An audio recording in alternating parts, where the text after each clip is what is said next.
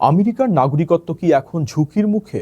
তথ্য গোপন ও জালিয়াতির অভিযোগে ভারত ও চীন সহ 12 জন প্রবাসী নাগরিকত্ব বাতিলের প্রক্রিয়া শুরু করেছে ট্রাম্প প্রশাসন। যারা মিথ্যা তথ্য দিয়ে পাসপোর্ট হাতিয়ে নিয়েছেন তাদের বিরুদ্ধে কঠোর ব্যবস্থার হুঁশিয়ারি দিয়েছে বিচার বিভাগ। এই সাঁড়াশি অভিযানের বিস্তারিত এবং তালিকায় কারা আছেন জানুন প্রতিবেদনে।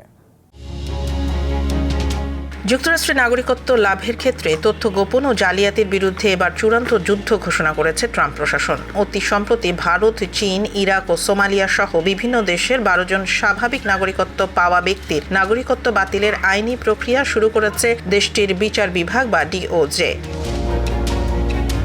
ভারপ্রাপ্ত অ্যাটর্নি জেনারেল টড ব্ল্যাঞ্চ এক কড়া বার্তায় জানিয়েছেন, যারা ইচ্ছাকৃতভাবে নিজেদের অপরাধের ইতিহাস লুকিয়ে বা মিথ্যা তথ্য দিয়ে আমেরিকান নাগরিকত্ব হাতিয়ে নিয়েছেন তাদের আর ছাড় দেওয়া হবে না। এই বিশেষ অভিযানে যাদের লক্ষ্য করা হয়েছে তাদের বিরুদ্ধে আল কায়দা ও আল শাবাবের মতো সন্ত্রাসী গোষ্ঠীর সাথে সম্পৃক্ততা, হত্যা এবং গুরুতর যৌন অপরাধের তথ্য গোপনের প্রমাণ পাওয়া গেছে।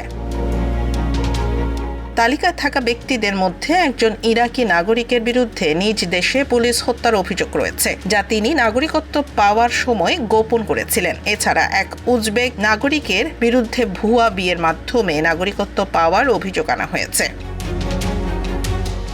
বিশেষজ্ঞরা বলছেন, নাগরিকত্ব বাতিল বা ডিন্যাচুরালাইজেশন একটি অত্যন্ত জটিল আইনি প্রক্রিয়া হলেও ট্রাম্প প্রশাসন একে সর্বোচ্চ অগ্রাধিকার দিচ্ছে। গত 30 বছরে যেখানে মাত্র কয়েকশো এমন মামলা হয়েছে, সেখানে বর্তমান প্রশাসন কয়েক সপ্তাহের মধ্যে আরও বড় পদক্ষেপের ইঙ্গিত দিয়েছে। তবে এই সিদ্ধান্তে আতঙ্ক ছড়িয়েছে প্রায় 2,40,00,000 স্বাভাবিক নাগরিকত্ব পাওয়া প্রবাসীদের মধ্যে। মানবাধিকার সংস্থাগুলোর আশঙ্কা, সামান্য ভুলের কারণেও সাধারণ মানুষ হয়রানির শিকার হতে পারেন। যাদের নাগরিক হওয়া উচিত ছিল না তাদের চিহ্নিত করাই এই অভিযানের মূল লক্ষ্য বলে জানিয়েছে হোয়াইট হাউস।